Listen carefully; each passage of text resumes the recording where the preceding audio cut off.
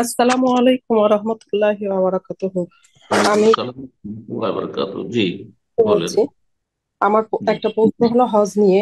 এই যে হজের যে 5 দিন মিনা, মুজদালিফা, আরাফাতে আমরা যে কসর নামাজ পড়ি, সেখানে হুম। আমি গতকাল একটা ট্রেনিং এ অ্যাটেন্ড করেছিলাম। ওখানে ওনারা বললো যে যার যেমন খুশি, কেউ যদি ওয়াক্তিয়া নামাজ পড়তে চায় সেটাও পড়তে পারবে, আর কেউ যদি কসর পড়তে চায় কসর পড়তে পারবে। তো আমার প্রশ্নটা হলো যে এখানে যদি আমি কসর না পড়ি, ওয়াক্তিয়া নামাজ পড়ি, ফুল নামাজ, তাহলে মানে সেক্ষেত্রে বেতন হবে কি? ওয়াক্তিয়া নামাজ বলতে ফুল নামাজ নাকি?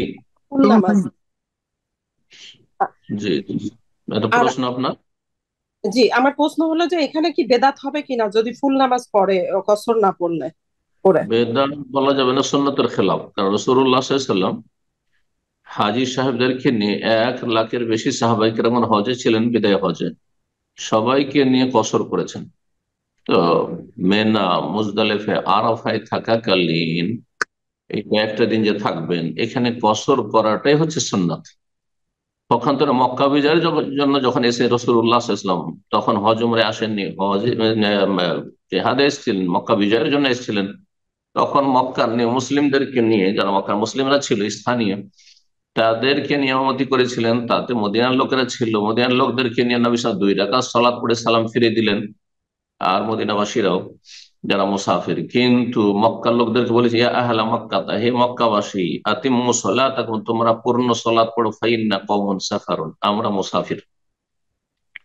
এই জন্য হজে সবাই কসর করবে মিনা, আরাফা, মুজদালিফায়।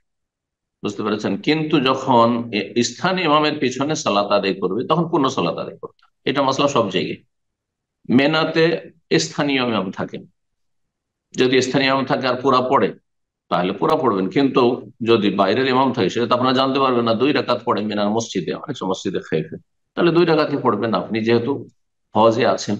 কিন্তু যারা হজের খেদমতে আছে, হজের উদ্দেশ্যে আসেনি, বরং হাজিদের সেবায় আছে, তারা মেনা, আরফায়, মুজদালিফায় থাকলে স্থানীয় মক্কার, সুতরাং তারা পুরা সলাৎ পড়বে।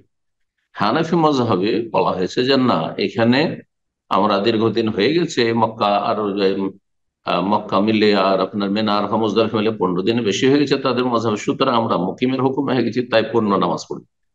তো যিনি প্রশিক্ষণ দিয়েছেন তিনি একটু মানে মজহাবগুলির সবগুলির উপর আমল করা আপনার জন্য সব বৈধ করে দিয়েছেন, যে এটাও করতে পারেন, ওটাও করতে পারেন, 2ও পড়তে পারেন, 4ও পড়তে পারেন। কিন্তু সুন্নাত হচ্ছে কসর করে পড়া। যদি 4 পড়ে কেউ তো বেদাত হবে না, কারণ কসর করা ওয়াজিব নাই। কসর করা ওয়াজিব নাই, কসর করা হচ্ছে সুন্নাত। তার সুন্নাতের পরিপন্থী কাজ করলেন, অনুত্তম করলেন, কিন্তু জায়েজ রয়েছে। কেউ 4 4 করে পড়ে তো জায়েজ রয়েছে, তার সাথে তর্ক করার কোনো প্রয়োজন নেই। ওসমান রাদিয়াল্লাহু তাআলা মেনাতে হজ মৌসুম তিনি পুরো সলাৎ পড়তেন। এখন তার একটি ইজতিহাদ ছিল যে দুটোই জায়েজ, সেই জন্য, আর এটি হচ্ছে অধিকাংশ ওলামাদের মত। অথবা কেউ কেউ বলেছেন সেখানে তিনি বিয়ে করেছিলেন, সেই জন্য পূর্ণ সলাৎ পড়তেন। তো যাই হোক, যদি কেউ উসমান রাদিয়াল্লাহু আমলকে সামনে রেখে পুরো পড়ে নেয় তো নাজায়েজ কিছু নাই, কিন্তু অনুত্তম। আল্লাহু আ'লাম। জি।